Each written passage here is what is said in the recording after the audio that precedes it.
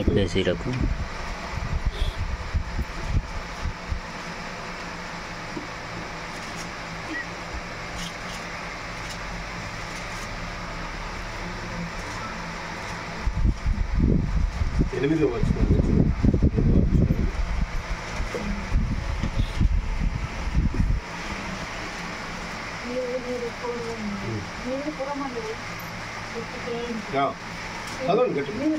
మీరు పూర్వమందు చీకటయుంటిరి, ఇప్పుడైతే ప్రభువునందు వెలుగై ఉన్నారు. వెలుగు ఫలము సమస్త విధములైన మంచితనము, నీతి, సత్యమును వాటిలో కనబడుచున్నది. కనుక ప్రభుకేది ప్రీతికరమైనదో దాన్ని పరీక్షించుచు వెలుగు సంబంధుల వలె నడుచుకునుడి. వెలుగును గుర్చినటువంటి సందేశాన్ని మనం విన్నాం. వెలుగును గురించి ప్రకటించడానికి వచ్చిన బాప్టిజం ఇచ్చి యోహాను గురించి మనం జ్ఞాపకం చేసుకున్నాం. యెహోవా తేజో మహిమతో నింపబడిన మోషేను కూడా మనం జ్ఞాపకం చేసుకున్నాం. ఆ వెలుగును గ్రహించలేని ప్రజలు, వెలుగును చూస్తున్న ఆ వెలుగు యొక్క అనుభవాన్ని వారి హృదయంలోనికి చేర్చుకోలేకపోయిన ప్రజలు, ఇశ్రాయేలు ప్రజలు కానాను దేశం నుండి, ఆ ఐగుప్తు దేశం నుండి కానాను దేశానికి బయలుదేరారు. కానీ కానాను దేశాన్ని చేరాలి. కారణం ఏంటంటే చీకటిలో నుండి ఆశ్చర్యకరమైన వెలుగులోనికి పిలిచిన వారి గుణాతిశయములను గుర్తించలేకపోయారు. స్నేహం చేస్తాం, కానీ నువ్వు స్నేహం చేసే వ్యక్తి యొక్క క్యారెక్టర్ ఏంటి, ఆ వ్యక్తి యొక్క జీవితపు విధానం ఏంటి, ఆ వ్యక్తి యొక్క జీవిత నడవడికి ఏంటి తెలుసుకొని స్నేహం చేయడం గొప్పది. లేకపోతే వాడు నట్టేట ముంచుతాడు. నువ్వు నమ్మితే, నీ స్నేహితులను నమ్మితే నట్టేట ముంచుతాడు. అప్పుడప్పుడు పెద్దలు చెప్తారు, కుక్క తోక బట్టి గోదావరి ఇది ఏమవుద్దట, ఏంటి గోదావరి ఇది ఏమవుతుంది, అది మునిగింది మొన్న కూడా. కాబట్టి మన జీవితం లుప్పుల మీద నడిచినట్టుగా ఉంటుందట. చాలా జాగ్రత్త. అందుకని అప్పుడున్నోడితో చెప్పున్నోడితో పోతాట. అంతేనా? ఏదో మొత్తం మీద చెప్పున్నోడితోటి అప్పుడున్నోడితో పోతాడు. ఎందుకంటే మనం ఒకవేళ మనం చెప్పు లేకపోతే వాడికి ముళ్ళు గుచ్చుకోము, కానీ మనం గుచ్చుకుంటాం కదా. ప్రియమైన దేవుని బిడ్డలారా, నీ జీవితము ఎవరితో స్నేహం చేస్తున్నావు? నువ్వు ఎవరితో నీ జీవితాన్ని పంచుకుంటున్నావు? ఈ లోకాన్ని నమ్ముతున్నావా? దేవుడు అంటాడు, ఈ లోక స్నేహము దేవునితో వైరం. ఈ లోక స్నేహం దేవునితో వైరం. మన స్నేహితులని మనం సంపాదించుకోవడానికి వెళ్ళద్దు. మన ప్రక్రియ చూసి, మన సత్క్రియలు చూసి అనేకులు మనకు స్నేహితులుగా అవుతారు. హల్లెలూయా, హల్లెలూయా. నీవు దేవుని ఎదుట సత్ప్రవర్తన కలిగిన వాడవైతే, యథార్థ జీవితాన్ని కలిగినటువంటి వాడవైతే, వెలుగు సంబంధిగా జీవిస్తే, లైట్ ఉంటేనే పురుగులన్నీ ఎక్కడికి వస్తాయి కదా. చూసారా? అవునా కదా? నువ్వు వెలుగై ఉంటే చీకటిలో ఉన్నటువంటి పురుగులన్నీ లైట్ దగ్గరకు వచ్చినట్టుగా చీకటిలో ఉన్న అనేక మంది జనులు నీ ప్రార్థన జీవితం ద్వారా ఆకర్షించారు. హల్లెలూయా, హల్లెలూయా. ప్రియమైన దేవుని పిల్లలారా, దేవుని సంఘము, దేవుని వాక్యము రెండంచులు కలిగిన ఖడ్గము అంటే కూడా ఖడ్గము కంటే కూడా వాడి కలిగినటువంటిది ఏంటి? దేవుని యొక్క వాక్యం సెలవిస్తుంది. మీరు పూర్వమందు చీకటి అయి ఉన్నారు. మీ జీవితము పాపపు జీవితం కదా. మొట్టమొదటి మానవుడు దేవుని స్వరూపంలో, దేవుని యొక్క పోలిక చొప్పున నిర్మాణము చేయబడిన మానవుడే చెప్పుడు మాటలు విని మోసపోయాడు. తినద్దు అన్న పండును తిన్నాడు.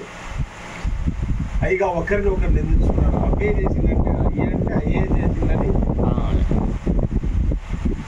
ఇది మానవ నైజం. నీ బుద్ధి ఎక్కడికి పోయింది? నీ బుద్ధి గడ్డి తిన్నదా? వాడు గడ్డి తింటాడు, మనం కూడా గడ్డి కదా, అది గడ్డి తినకూడదు కదా అనే బుద్ధి ఎవరికి ఉండాలి? మనకు ఉండాలి కదా. అవునా కదా? ప్రియమైన దేవుని పిల్లలారా, జాగ్రత్త సుమి. మన పెద్దలు అప్పుడప్పుడు చాలా చెప్తున్నటువంటి సూక్తులు చాలా పుట్టగొడుగులా వస్తుంటాయి. అప్పుడప్పుడు సందర్భానుసారం కానీ దుర్పారం వచ్చినాక కొద్దిగా తగ్గించుకుంటారు అంటున్నాను. నేను కక్కాలు కూడా కొంచెం మాట్లాడలేకపోతున్నాను. ఎందుకంటే ఇటు పోయి ఇటు వస్తుందో ఏం ప్రమాదం. ఇంతకంటే గనులైన వారి మధ్య బోధ చేశాం, జ్ఞానవంతులైనటువంటి వారి మధ్య బోధ చేశాం. కానీ పెద్ద ముప్పారంలో చేయాలంటే కొంచెం ఎందుకంటే దేనికైనా కళ్ళెం వేయచ్చు కదా. గుర్రానికి కళ్ళె వేస్తాము, ఓడకి గొల్లె వేస్తాం, ఇంటికి కూడా గొల్లె వేస్తాం. ఈ నాలుక మాత్రం ఇది ప్రమాదకరం. పెద్ద పెద్ద ఓడలైనా ఆఫ్ చేయొచ్చట. ఏంటి ముక్కు కళ్ళె వేసి గుర్రానైనా ఆఫ్ చేయొచ్చట కదా. ముక్కు కళ్ళె వేసి గుర్రానైనా ఆఫ్ చేయొచ్చట. కానీ నాలుకను మాత్రం ఇది మహాభయంకరమైంది సుమి. అందుకని యాకోబు రాసిన పత్రికలో అంటాడు, నాలుక ఏంటట అగ్ని. చూస్తారా ఒకసారి, చూస్తారా యాకోబు రాసిన పత్రిక చూద్దాం.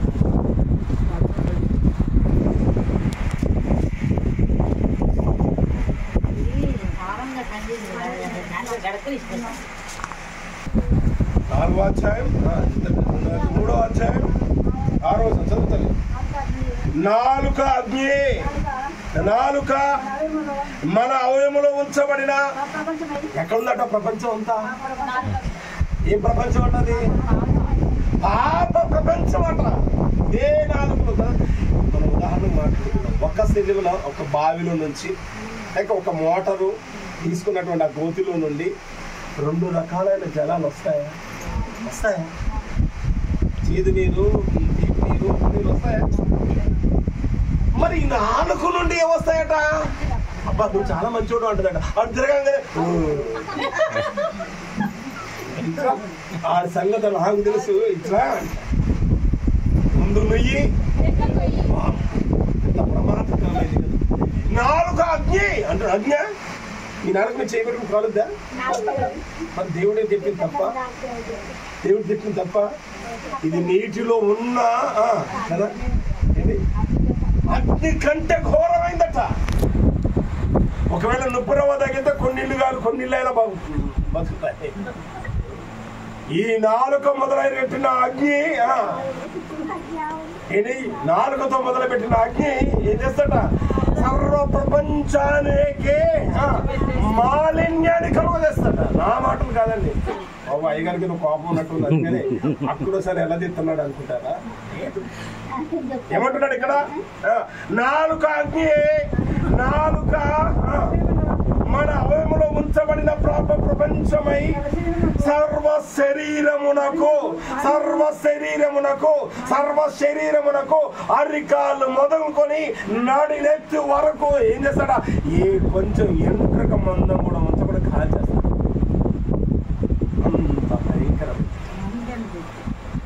అంత భయంకరమైనటువంటి నాలుక. జాగ్రత్త. ఈ యొక్క శిలువ ధ్యాన దినాలను దీన్ని కంట్రోల్ చేసుకోగలిగిన వాడు. అందుకని అంటాడు, పెద్దలు చెప్తున్న వాడు ఏంటంటే, దీని వల్ల చిన్నప్పుడు చాలా అమాయకంగా ఉంటారు. పెద్ద దిగిన తర్వాత విన్నా గుర్తుండదు. మధ్యలో ఉన్నది ఏంటి? అవడకాలు చేస్తారు కదా. దాన్ని కంట్రోల్ చేసుకున్న వాడు భవిష్యత్తు ఎక్కడ పోయినా యమ్మన ఈచ్చలకు నువ్వు బానిసవైతే ఏం జీవితం అంతా పతనమే కదా. పతనం. ఒక్కసారి చిరుగుడు పడడం మొదలు పెట్టిందంటే వస్త్రమైనా అది దేహమైనా ఎన్ని కుట్టే వాళ్ళు. నేనైతే కుట్టిందా కదా, ఎంత కుట్టినా మళ్ళీ ఏం చేస్తుంది కదా.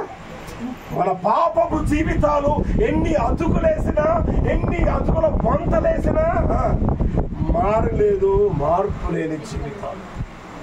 ప్రియమైన దేవుని బిడ్డల, నాలుక అగ్ని, నాలుక మన అవయములో ఉంచబడిన పాప ప్రపంచమై సర్వ శరీరమునకు మాలిన్యము కలుగజేస్తూ, ఈ మన శరీరానికే మాలిన్యం కలుగజేస్తుందని ఆగిపోతే ఏం చేస్తాడు? కింద వచ్చిన ప్రకృతి చక్రానికే ఎంత అగ్ని అండి.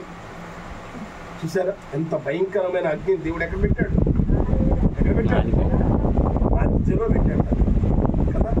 దీంతో అన్ని తింటాం, దీంతో. అందుకనే దేవుడు ఏమంటాడంటే మనుషులు లోపలికి వెళ్ళేది మనిషిని అపవిత్రపరచుడు కానీ మనుషుని లోపల వచ్చే ప్రతిదీ మనుషుని అపవిత్రం. చాలా జాగ్రత్త. అందుకని మాట్లాడేటప్పుడు నిజంగా మాట్లాడాలి, నిదానించి. ఒక్కసారి జారావా ఏంటి, ఒక్కసారి జారిన తర్వాత మరలా నువ్వు లేదు sorry sorry sorry sorry sorry sorry అని సొల్లంగా గారిన ఏంటి ఒక్కసారి. అందుకని బైబిల్ ఒక మంచి మాట అంటే హృదయం నిండిన దాన్ని బట్టి మనసులో ఏమైపోయిందంటే ఊపి ఊపి ఊపి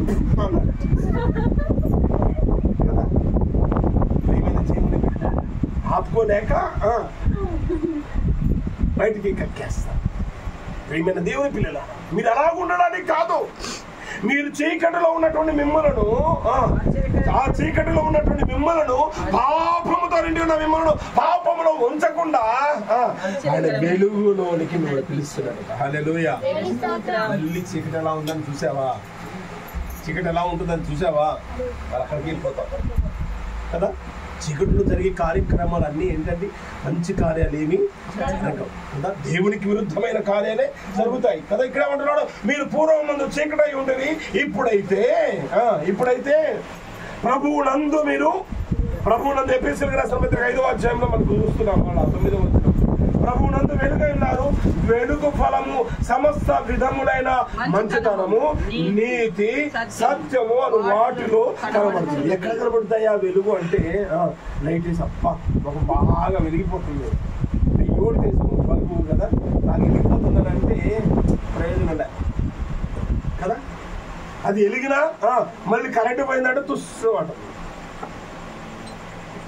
ఆ సంబంధమైన వెలుగు కాదు, కానీ దేవుడిచ్చినటువంటి ఆ వెలుగును ఎక్కడ కనబడాలంటే నీ మాటలో వెలుగు కనబడాలి, నీ ప్రవర్తనలో వెలుగు కనబడాలి. ఏంటి మంచితనము అంటే నీ జీవితపు నడవడికలో వెలుగు కనబడాలి.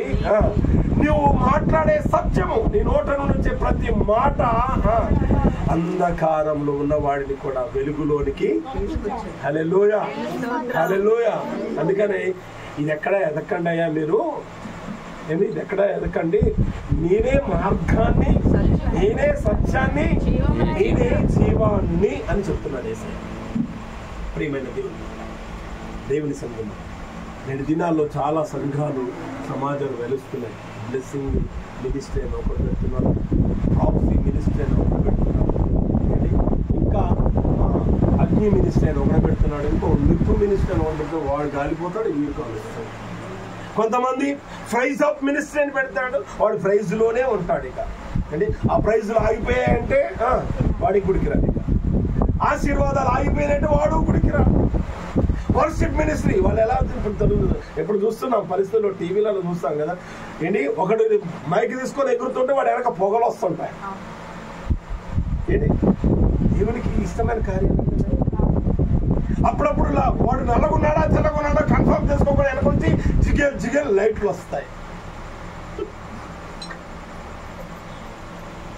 వాస్తవాన్ని గ్రహించలేని స్థితిలోకి మనం వెళ్ళిపోతున్నాం. యథార్థం ఉన్న మాటను ఉన్నట్టుగా మాట్లాడడానికి ధైర్యం లేని పరిస్థితులకు వెళ్ళిపోతున్నాం. ప్రియమైన దేవుని పిల్లల, వాస్తవం సత్యమును అనుసరించగలిగే ఆ జీవితాన్ని, ఇంత చక్కని మాటలను వినడానికి భాస్కర్ గారు అలాగే మమత ఇద్దరు కూడా చాలా అన్యోన్యత చూస్తుంటాను.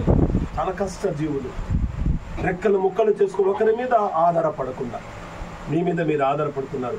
కానీ ఒక మాట చెప్తున్నారు, ఒక దైవజనుడిగా నేనున్నా, తర్వాత కాలంలో మీ దగ్గర లేకపోయినా మాట పేతురు కూర్చొని మాట్లాడతాడు.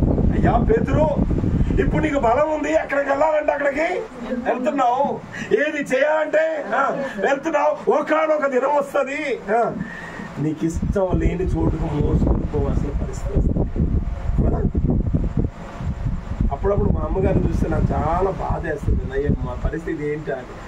ఏంటి ఆమె ఒకరు ఇచ్చిన గ్లాసు తాగదా, ఒకరు ఇచ్చిన నీళ్లు తాగదా, ఒకరు కూర్చొని దుప్పట బతకలేక మోయలేక నాకు ఆమె మోసేది కాకుండా నన్ను కూడా మోసేది. అంటే శుభ్రం ఉండాలి, అతి శుభ్రం ఏమైపోతుంది. ఒకనాటి వృద్ధాప్యం వచ్చేసరికి మా అమ్మగారి పరిస్థితి ఏంటి అని నా బాధ.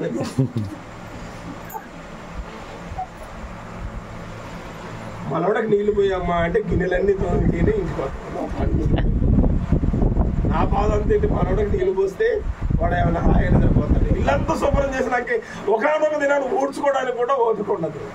ఆ దినం పరిస్థితులు తెస్తే ఎట్లా అని ఆలోచిస్తుంటాం. ఒకసారి ఆలోచించడానికి నా ఆయుస్ అయిపోతాం.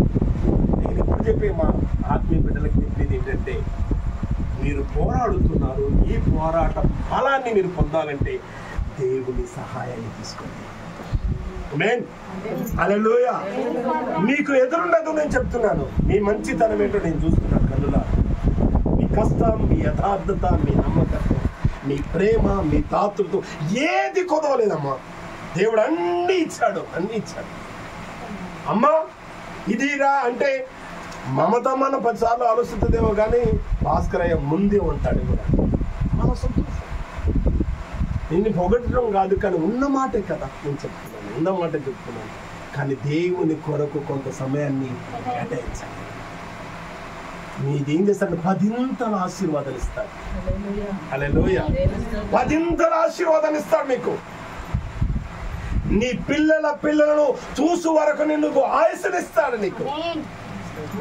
నీ పిల్లలు ఎదుగుదల అభివృద్ధిని చూసు వరకు కూడా దేవుడు మీకు శక్తినిస్తాడు. ఇదొక్కటి నేను కోరుతున్నాను, మీ ఆత్మీయ తండ్రిగా నేను కోరుతున్నాను. మీలో ఏ కొదువ లేదు. దేవునికి కొంత సమయాన్ని కేటాయించండి. దేవుడు ఆ పరిపూర్ణమైన స్థితిలోనికి దేవుడు మిమ్మల్ని నడిపిస్తాడు. ఒక్కసారి ప్రయత్నించి చూడండి, ఆ ఫలితం ఏంటో మీరే చూస్తారు. దైవజనుడిని ఒక్కరోజు మీరే ఫోన్ చేసి, అయ్యా మీరు చెప్పిన మాట వాస్తవమని నాకే మీరు ఫోన్ చేస్తారు అని నేను నమ్ముతున్నాను. ఎక్కడున్నా, ఏ స్థలంలో ఉన్నా, నేను దేవుని నీడలో ఉన్నారు. మీరు దేవుని ఆశీర్వాదములు పొందడానికి అర్హమైన తలంతులన్నీ దేవుడు మీకు ఇచ్చాడు. తలంతులన్నీ దేవుడు మీకు ఇచ్చాడు. ఇంకా ఏ కొదువ లేని స్థితిలో ఉంచాడు దేవుడు. కనుక మీ పాడి పంటలను, పశువులను, మీకు కలిగిన సమస్తాన్ని దేవుడు వృద్ధిపరచడానికి దేవుని సహాయాన్ని ఆర్జించండి. మోకరించి ప్రార్థన చేయండి. మీరు ఆశీర్వదించబడిన దానికంటే మీ పిల్లలను రెట్టింపైన స్థితిలో దేవుడు ఆశీర్వదించును గాక. తనలోంచి ప్రార్థన చేసుకున్నాం. కృపగల దేవా, పరిశుద్ధమైన తండ్రి, రాత్రికాల సమయం ముందు పిల్లలు నిగూఢమైన సంగతులను అయ్యా ఆత్మ ప్రబోధములను అనుకున్న రీతిగా సమయానుకూలంగా మీరే మమ్మల్ని కదిలిస్తూ ఉన్నారు, హెచ్చరిస్తున్నారు, గద్దిస్తూ ఉన్నారు. ఇక్కడ ఉన్నవారు ఎంతమంది విన్నారో వినలేదు మాకు తెలియదు, కానీ నీ యొక్క ఆత్మ కార్యం ఇక్కడ జరిగిందని నమ్ముతున్నాను. దేవానికి వందనాలు. ఈ మాటలు వారి హృదయాల్లో నాటబడినవై మంచి నేలను పడిన విత్తనమునే మొలకెత్తి నూరంతలుగా ఫలమును అనుగ్రహించుదురుగాక. ఈ గృహాన్ని మీరు దీవించుదురుగాక. వారికి మంచి ఆరోగ్యమును దయచేదురుగాక. వారి కష్టార్జితమును వారు అనుభవించుదురుగాక. వారి పిల్లలను చూస్తూ వరకు దేవుడు మిమ్మల్ని దీవించుదురుగాక. దేవ, కూడి వచ్చిన బిడ్డలను కూడా మీరు దీవించండి. మీ కృపతో నింపి నీ సమృద్ధికరమైన జీవితంలో అడుగులు వేస్తున్న నీ బిడ్డలను అయ్యా ఆశీర్వాదకరంగా మీరు దీవించి రేపటి దినాలు జరిగే ప్రార్థన కొడుకుల్లో కూడా మీ సహాయము, మీ తోడునిచ్చి నడిపించమని యేసు నామమును బట్టి ప్రార్థిస్తున్నాను తండ్రి. పరలోకమందున్న మా తండ్రి,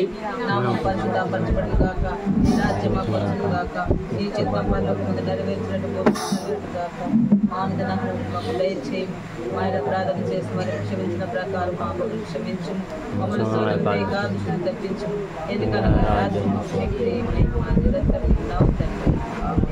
ప్రభువును ప్రేరక్షకుడైన యేసుక్రీస్తు ప్రభువును వారి కృప, తండ్రి అయినటువంటి దేవుని ప్రేమ, పరిశుద్ధాత్మ సన్నిధి, సహవాసం కాపాడు.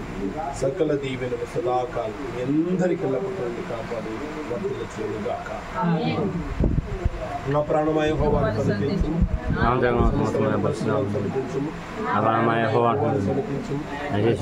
దేవుని